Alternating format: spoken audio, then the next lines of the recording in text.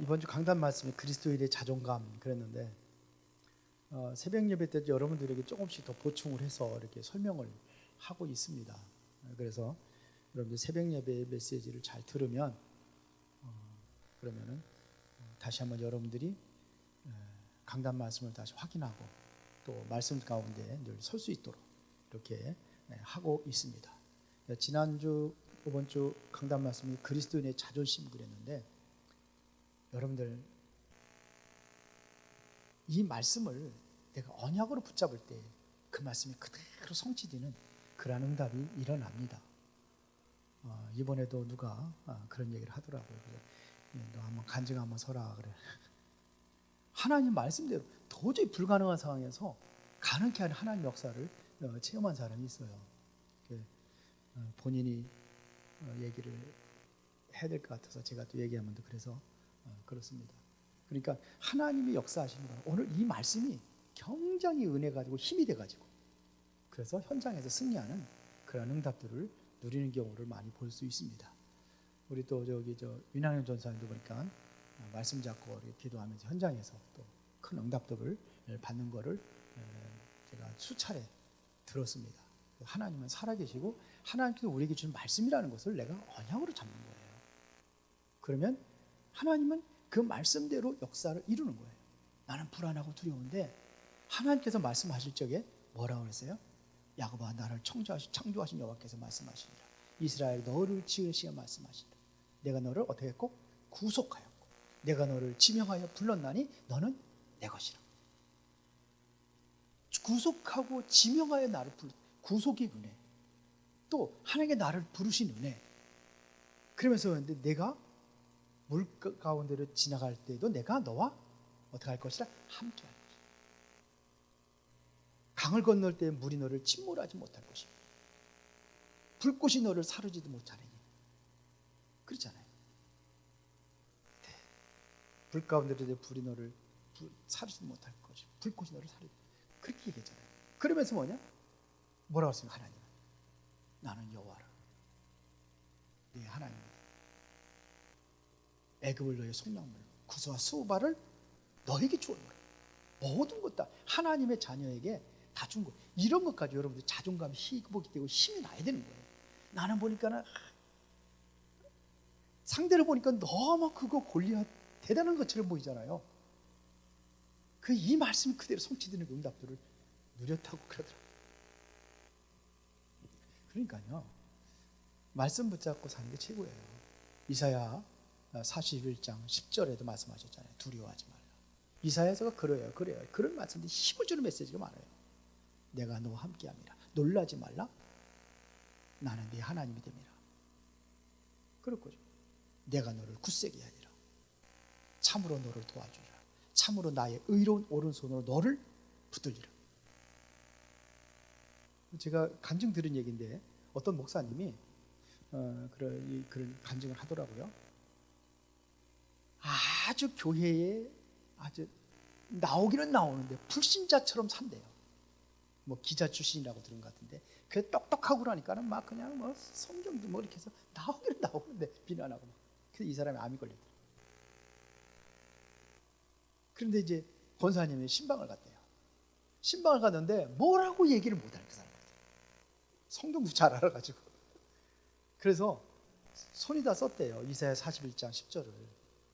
두려워하지 마라. 내가 너와 함께 하니라. 놀라지 마라. 나는 하나님.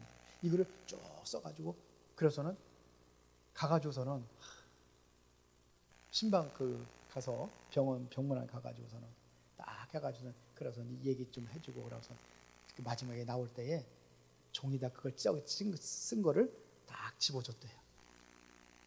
그랬더니 뭔가 볼 거 아닙니까? 그걸 봐야잖아요. 무슨 편지인 줄 알고 보니까 하나님 말씀 딱 그거 적혀. 그거 보고 울었대잖아요. 이 사람이 치유됐다고까지는 들은 것 같은데요. 그러니까 하나님의 말씀이 나를 붙잡아주고 나에게 힘을 주고 능력을 주는 겁니다. 이런데도 여러분들이 자꾸 좌절하고 낙심하고 절망하고 그러면 안 되잖아요. 하나님 말씀 붙잡고 일어서시기 바랍니다. 그래서 그 결과 자존감이 높아진 결과가 어떻게 됐느냐? 이사야 7장 43장 7절에 보니까 뭐라고 했습니까? 이 백성은 내가 나를 위하여 지었나니 뭐하기 위해서? 나의 찬송을 부르게 하랍니다. 결국 하나님의 영광을 위하여. 물은 내 이름을 건너다 내가 내 영광을 위해 창조하라. 바뀌었네요. 이사야 43장 7절에 내 이름으로 내 영광을 위해 창조하자. 이를 내가 지었고 내가 만들었다. 하나님의 영광을 위해서 하나님을 찬미하게 해요. 그래서 여러분들이 지렁이 같은 너희 그렇다 할지라도 하나님께서 어떻게 쓰신다고 그랬어요? 타작기계로 쓰신다고 그러잖아요. 지렁이 이빨도 없는데 타작기계로 쓰시겠다. 옛날 성경에 지렁이라 요즘에는 성경에 그 뭐라고 그랬어요? 버러지라고 나와 있는데 지렁이가 더 합당한 것 같아요. 지금 이빨도 없고 그 타작기계. 자, 이러한 일들이 하나님의 말씀을 통해 일어난 줄 믿습니다. 그래서 제가 어저께도 교회에서 잤거든요. 오늘도 교회에서 보따리 사가지고 나왔어요. 그래서 그러면서 있으니까 혼자 있으니까 이렇게 또 내년 또 그것도 준비하고 이렇게 하는 시간이 있으니까 좋긴 하더라고요. 자, 그러면 오늘 말씀입니다. 내가 어찌하여 여기 있느냐. 지금 하나님께서요 가장 중요할 때에 하나님께 질문하는 내용들이 있어요. 아담이 범죄했을 때, 아담과 하와가 범죄했을 때에도 창세기 3장 9절에 아담아 아담아 네가 어디 있느냐고 했어요. 그러나 하나님께서 몰라서 물으셨을까요? 네가 어디 있느냐. 꼭 범죄할 때 이렇게 또 가인이 아벨을 돌려서 죽였잖아요. 그때도 보면 창세기 4장 9절에 보니까 내 아우 아벨이 어디 있느냐. 이거는 본인의 죄를 지적하는 거거든요. 그러면 잘못됐다고 회개를 해야 되는데 회개를 안 해가지고 저주받아. 가인도 마찬가지입니다. 이런 거예요. 또 제자들 향해도 중요한 것들 할 때 중요한 것을 얘기하려면 질문을 먼저 던지고 예수님께 답을 주죠. 그게 마태복음 13장 13절입니다. 16장 13절. 마태복음 16장 13절에 세상 사람들이 나를 누구라 하느냐. 그렇게 질문했어요. 그러니까 엘리야라고 하면 에레미야, 세리야, 요한 선지자 중에 하나라 하나이다. 그때 그러면 또 물어요. 너희는 그러면 나를 누구라 하느냐. 그때 베드로가 대답했잖아요. 주는 그리스도시요 살아계신 하나님의 아들이십니다. 최고의 고백이에요. 예수님께 그리스도라는 것은 최고의 고백입니다. 이스라엘 백성들이 기다리고 있던 메시아가 바로 당신입니다. 이런 얘기예요. 지금도 살아계시고 하나님의 아들로 이 땅에 오셨습니다. 이런 얘기입니다. 오늘 본문에도요 19장 9절에 묻습니다. 지금 엘리야가 지금 완전히 절망하고 낙심해가지고 도망가는 중입니다. 도망가다가 로뎀나무 밑에서 죽기를 구하지 하나님. 그때 하나님께 천사를 통해 떡과 물을 갖다 줘가지고 그걸 먹고 힘을 얻어가 40주야로 호렙산으로 갑니다. 그런데 거기에서 호렙에 이르렀을 때에 엘리야가 그곳 굴에 들어가 거기서 머물더니 여호와의 말씀이 그에게 임하여 이르되 엘리야야 내가 어찌하여 여기 있느냐. 여기도 지금 내가 어찌하여 여기 있느냐. 하나님 몰라서 묻느냐. 근데 여기도 중요한 사명을 다시 줍니다. 질문할 때마다 굉장히 중요한 답을 주셔요. 그러면은 자 엘리야 하나님의 선지자 엘리야가 어떤 사람인가 먼저 보자는 겁니다. 첫 번째로 엘리야는요 기도의 사람이에요. 야고보서 5장 17절 18절에 보니까 엘리야는 우리와 성정이 같은 사람이로되 3년 6개월 동안 비가 오지 않기를 간절히 기도한즉 비가 오지 아니하고 또 기도한즉 어디에요? 하늘에서 비를 내려서 열매를 맺게 했다. 이런 내용들이 야고보서 5장 17절 18절에 나와 있습니다. 엘리야는요 기도의 사람이에요. 성전이 같은 사람. 엘리야는요 믿음의 사람이에요. 그 이전에도요 열왕기하 18장 41절 46절에 이게 갈멜산에서 바알 선지자들하고 대결해가지고 이겼잖아요. 그리고 나서 이제는 3년 6개월 동안 비가 오지 않았을 때에 이제는 하나님 앞에 가서 갈멜산 꼭대기로 올라가서 기도하기 전에 아방에게 얘기합니다. 그게 뭐냐? 지금 큰 비의 소리가 나니까 빨리 피하세요. 기도하기 전에. 그러고 산 꼭대기 올라가서 기도합니다. 기도하면서 뭐냐? 사환에게 시키잖아요. 비의 소리가 있느냐? 없습니다. 또 간절히 얼마나 간절히 기도하면 이게 머리가 이마가요 어디에 가랭이 속으로 들어갔다. 그 정도로 간절히. 두 번째, 세 번째, 네 번째 몇 번까지 했을까요? 성경을 안 읽으시고, 예? 7번.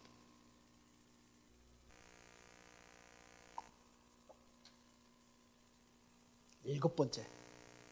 그랬더니 쫙 바다 끝에서 지금 손바닥만한 구름이 보입니다. 그 됐다. 엘리야가 얼마나 빨리 달려가는지요. 아방을 추월합니다. 번쩍합니다. 엘리야 참 이 기도의 사람이야. 능력의 사람이에요. 엘리야는요 정말로 예배의 사람입니다. 바알 선지자들과 갈멜산에서 참신이 누구인지 가리기 위해서 기도할 때에 기도하기 전에 뭐부터 하는지 아세요? 그다음 아하방에 의해 가지고서 모든 그 제단이 다 무너져 버렸어요. 하나님 앞에 제사하는 제단이 무너져 버렸어요. 다시 그 제단을 다시 돌을 싸가지고 수축을 해옵니다. 그러고서 거기다가 뭐예요?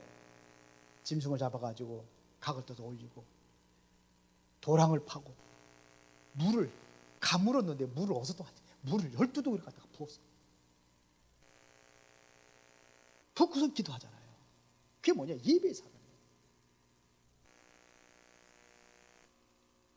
끝없는 그러한 황폐해져 있는 그러한 제단에 다시 그걸 수축을 했단 말이에요.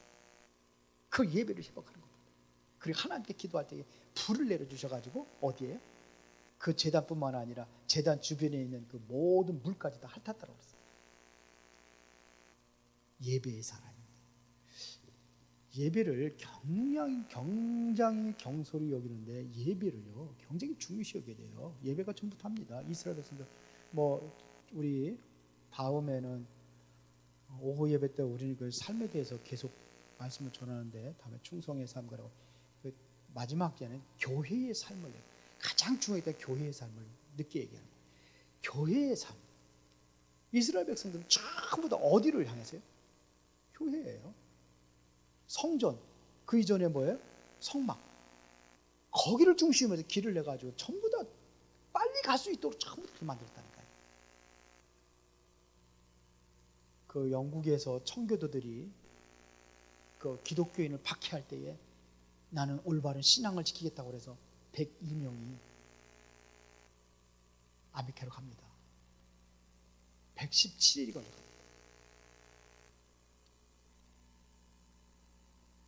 거기 가서 얼마나 많은 그 고난을 겪었는지 모르겠어요. 다음 주에 얘기하겠습니다만 굉장히 많은 시련을 겪습니다. 가다가 사람도 죽기도 하고 풍랑이 많아가지고 막 여자들이 빠지기도 하고 건지기도 하고 결국은 두 사람이 죽어요, 배에서. 근데 하나가 태어났어요. 그러고 가서 거기 가서 이제 그 미국에 이제 아메리카로 딱 들어가는데도 그 원주민들과 한 달 동안 싸웁니다. 못 들어오게 방해하니까. 12월 달에 거기 도착을 해가지고 그러고서는 이제는 겨울이잖아요. 겨울을 이기려니까요. 한 사람 앞에 옥수수 5개 하루에 그것까지 끼니를 때우고 그렇게 하면서도 거기서 가장 먼저 성전을 짓고 그를 향해서 모든 집들이 성전. 그랬는데 지금은 세계 최고의 강국이 되어버렸습니다. 가장 가난했던 그 사람들이 세계 최고의 부한 국가가 됐어요. 예배입니다. 진짜 예배를 회복하세요. 엘리야가 바로 이 예배의 사람이에요. 그러니까 하나님께서 이를 통해 역사할 수밖에 없어요. 하나님 역사를 보자는 얘기입니다. 지금 하늘을 문을 아까도 얘기했지만 비를 내리기도 했잖아요. 3년 6개월 동안 땅에 비가 오지 않았으니까 다 말라 죽고 사람들도 피폐해지고 그러다 사르밧의 과부를 찾아가죠. 거기 찾아갔더니 그 과부도 어떡합니까? 마지막 밀가루 한 줌하고 기름통에 기름 한 방울 가지고 이제는 나뭇가지 주워가지고 아들하고 같이 이제 그거 먹고 죽으려고. 근데 엘리야가 그걸 달라는 거예요. 엘리야가 뺏어 먹으려고 달라고 그랬을까요? 아니에요. 엘리야가 그걸 달라고 하는 거예요. 그러니까 이 사람들이 또 뭐냐? 그 마지막 그 생명과 같은 그 물가루하고 그 기름 가지고 그걸 줍니다. 빵을 만들어가 주는 거예요. 그랬는데요, 밀가루통에 밀가루가 떨어지지 않았어요. 가뭄이 다 지날 때까지 기름통에 기름이 떨어지지 않았어요. 이게 능력 아닙니까? 하나님께서 엘리야를 통해서 역사하는 거예요. 하나님이 하신 거예요. 엘리야가 한 게 아니잖아요. 하나님이 그를 통해서 하시도록 앞에 뭐냐? 기도가 준비되어 있고 믿음이 준비되어 있고 예배가 준비되어 있고 그랬더니 하나님께서 그를 쓰시는 거예요. 바알 선지자들과 대결하는 거 여러분 잘 아시잖아요. 그게 어디에 열왕기상 18장 25절부터 40절에 어떻게 했나 보세요. 850명들의 그 선지자들, 거짓 선지자들과 대결하는 거예요. 참신이 누군지. 니들이 숫자가 많으니까 먼저 하라고 그랬잖아요. 그래서 바알이야 불을 내려주소서. 아침부터 저녁까지 했는데 안 내려. 엘리야가 막 놀리죠. 네 하나님께서 출타한 모양이다. 네 하나님께서 주무시는 모양이다. 더 크게 소리를 봐. 나중에는 뭐예요? 옷을 벗고 칼로다가 막 그냥 살을 찢으면서 기도해도 불이 내려 안 내려요? 안 내려. 그런데 엘리야는 어떻게 해요? 갖다 아예 그냥 그 제단에다가 그냥 물을 갖다 붓다니까. 물을 갖다 붓어. 아니 불을 붙이면은 바싹 마른 나무에다가 그것도 나무에 제대로 안 붙이니까 뭐 이렇게 또 뭐 종이라든지 뭐 이런 거 해가지고서는 불 잘 타는 거 붙는 거 하고서 해가지고 나무 붙이잖아요. 근데 물을 갖다 붓어. 물을 갖다. 하나님 역사하시는 거죠. 하나님은 전지전능하신 하나님 맞습니까? 모든 것을 불가능한 것을 가능케 하신 하나님. 하나님의 능력이 하나님이십니다. 이 모든 선진들이 우인들이 보면 이 능력의 하나님을 체험하고 그것을 누렸다는 사실들을 우리는 성경에서 많이 볼 수 있어요. 그렇죠? 다윗과 같은 경우도 사무엘과 같은 경우도 그렇죠. 말 한마디가 떨어져요. 보세요. 다니엘 같은 걸 불 사자굴에 집어던져서 살았다니까요. 사드락과 메삭과 아벤노고는 풀무불에 집어던져서 살았어요. 하나님께서 하시는 거죠.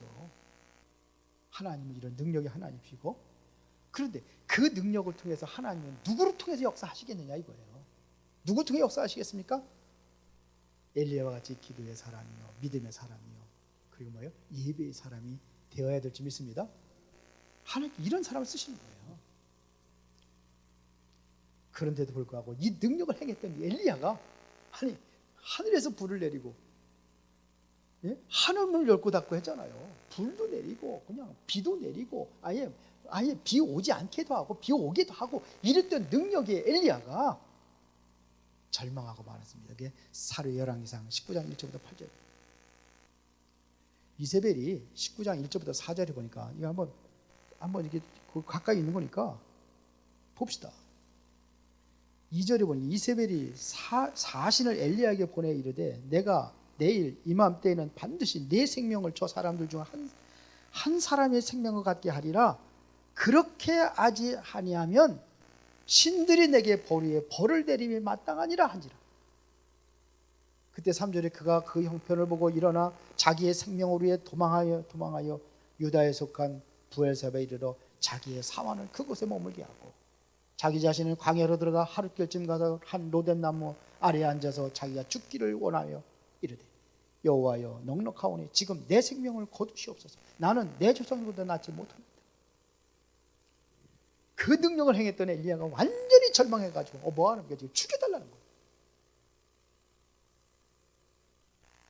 근데 보세요, 5절에 로뎀 나무 아래에서 누워 자더니 천사가 그를 어루만지며 그에게 이르되 일어나서 먹으라 하는지라. 본즉 머리맡에 숯불에 구운 떡과 한 병 물이 있더라. 이에 먹고 마시고 다시 누웠더니 여호와의 천사가 또 다시 와서 어루만지며 이르되 일어나 먹으라. 내가 갈 길을 다 가지 못할까 하노라 하는지라. 그래서 그걸 먹고 어디 힘을 얻어가지고 40주 40야를 가서 하나님의 산 호렙에 이르는 거예요. 거기에서 하나님께 요구는 메시지를 주는 겁니다. 절망하고 낙심했는데 하나님께서 그를 찾아가신 거예요. 오히려 지금 보세요. 19장 10절에 지금 9절에 엘리야가 그곳 굴에 들어가 거기서 머물더니 여호와의 말씀이 그에게 임하여 이르되 엘리야야 네가 어찌하여 여기 있느냐. 그가 대답하되 내가 만군의 하나님 여호와께 열심히 유별하오니 이는 이스라엘 자손이 주의 언약을 버리고 주의 제단을 헐며 칼로 주의 선자들을 죽였음이오며 오직 나만 남았거늘 그들이 내 생명을 찾아 빼앗으려 하나이다. 이스라엘의 범죄를 원망하는 거예요. 선지자들 다 죽이고 오직 남았거늘 내 생명조차도 빼앗으려고 합니다. 그때 보세요.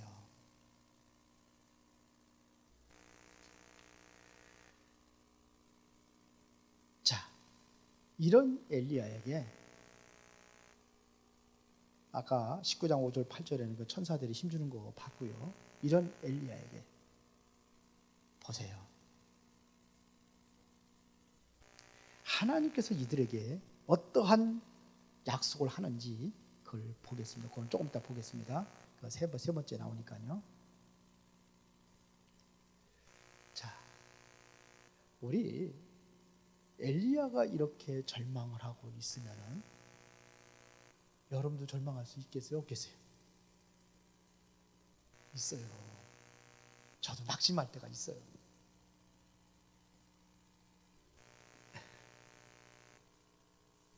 낙심할 때가 있어요. 어떤 데는 힘 쫙 빠질 때가 있어요.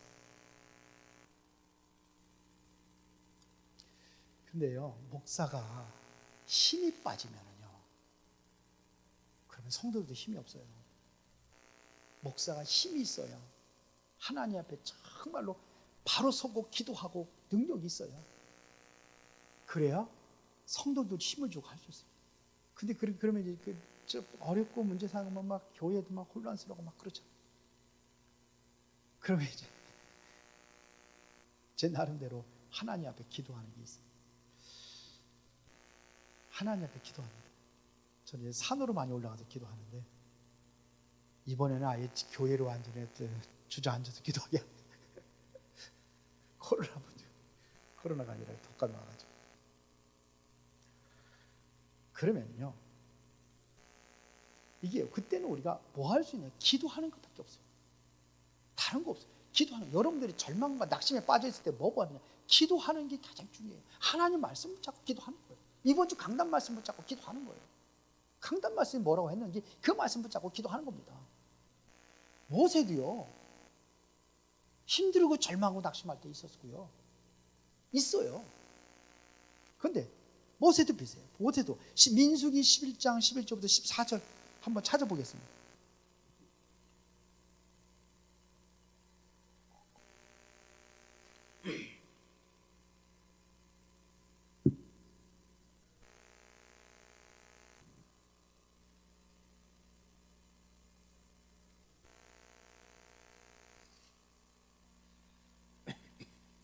민수기 11장 11절부터 14절입니다.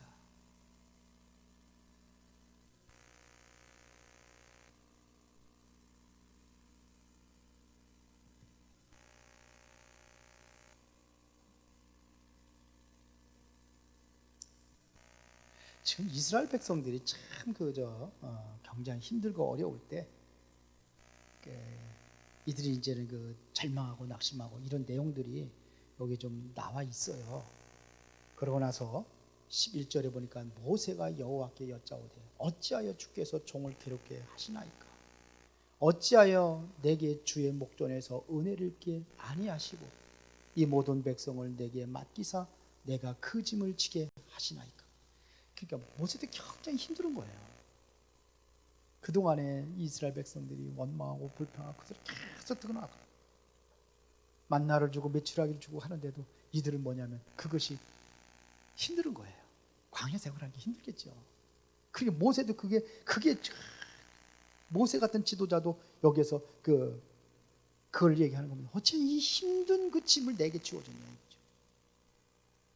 나에게. 그러면서 12절에 이 모든 백성을 내게 배웠나이까 내가 그들을 낳았나이까 어찌 주께서 내게 양육하는 아버지가 젖먹는 아이를 품듯 그들을 품에 품고 주께서 그들의 열조에게 맹세하신 땅으로 가라 하시나이까? 이 모든 백성에게 줄 고기를 내게 어디서 얻으리이까? 그들을 나를 향하여 울며 이르되 우리에게 고기를 주어 먹게 하라 하원즉. 만나만 먹으니까 이제는 이 사람들이 너무 불평해가지고 고기도 좀 먹고 죽겠다고 하는 거예요. 그러니까 지금 그렇게 기도하는 겁니다. 14절 책임이 심히 중하여 나 혼자는 이 모든 백성을 감당할 수 없나이다. 그러면서 15절 주께서 내게 이같이 행하실진대 구하옵나니 내게 은혜를 베푸사 즉시 나를 죽여 내가 고난당함을 내가 보지 않게 하옵소서. 얼마나 힘들거리면 차라리 나를 죽여주십시오 이렇게 기도하는 거예요. 어떻게 보면은요 엘리야의 기도하고 거의 비슷해요. 그런데 기도할 때는 하나님께서 역시 힘을 주시고 모세에게 때 새로운 하나님께 능력을 주셔서 또 그 사명을 또 감당할 수 있도록 이렇게 인도하는 걸 볼 수가 있습니다. 예수님도요 십자가에 잔을 놓고는 진짜 기도했는데 얼마나 간절하게 기도했는지 이마에 땀방울이 핏방울이 떨어지도록 그렇게 기도했다고 했어요. 예수님도 기도하셨어요. 예수님도 힘들어하셨어요. 얼마나 힘들었냐. 할 수만 있으면 이 잔을 십자가의 잔을 내게서 거두어 주옵소서 이렇게 기도했다니까요. 할 수만 있습니다. 하나님 주님의 기도예요. 기도하고 나서 엘리야가 다시 일어납니다.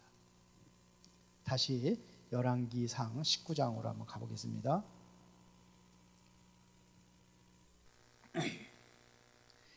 하나님께서 다시 질문합니다. 지금 호렙산 굴에 들어가 있는데 그를 불러냈어요. 불러내가지고 내가 어찌하여 여기 있느냐 하는 겁니다. 그러니까 엘리야가 변명하잖아요. 그 아까 읽었습니다. 10절에 읽었습니다. 다시 한번 읽겠습니다. 그가 대답하되 내가 만군의 하나님 여호와께 열심히 유별하오니 이는 이스라엘 자손이 주의 언약을 버리고 주의 제단을 헐며. 그래서 언약을 버리고 제단을 다 헐어버리고 칼로 주의 선지자들을 다 죽이고 오직 나만 남았구나. 그들이 내 생명을 찾아 빼앗으려 하나이다. 그런데 이건 엘리야의 착각입니다. 이 두 번씩이나 그럽니다. 그런데 보세요. 자, 11절 보니까 11절도 보면은 여호와께 이르되 너는 나가서 여호와 앞에서 산에 서라 하시더니 여호와께서 지나가시는데 여호와 앞에 크고 강한 바람이 산을 가르고 얼마나 바람이 강했는지 산을 가르고 보세요. 바위를 부수나 바람 가운데 여호와께서 계시지 아니하며.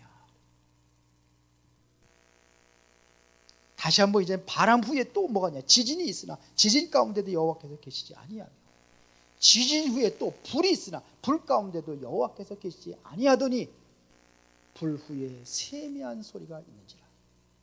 엘리야가 듣고 겉옷으로 얼굴을 가리고 나가 굴 어귀에 섬에 소리가 그에게 임하여 이르시되 엘리야야 내가 어찌하여 여기 있느냐. 또 질문합니다.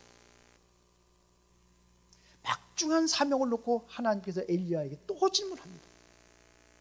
그러니까 처음에 보여준 그 기적들 있잖아요. 막 바람으로 강한 바람을 일으켜가지고 산도 가르고 막 바위도 부수고 근데 거기 안 계셨다 그랬어요.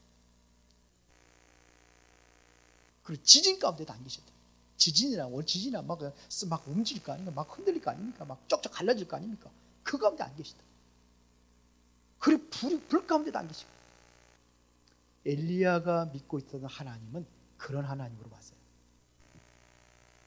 엘리야가 믿고 있던 하나님은 하늘에서 불을 내리고 뭐 3년 6개월 비가 오지 않게 하고 이런 능력들을 행하는 그 하나님으로 본 거예요. 그런데 다 지나가는 고요할 거 아닙니까?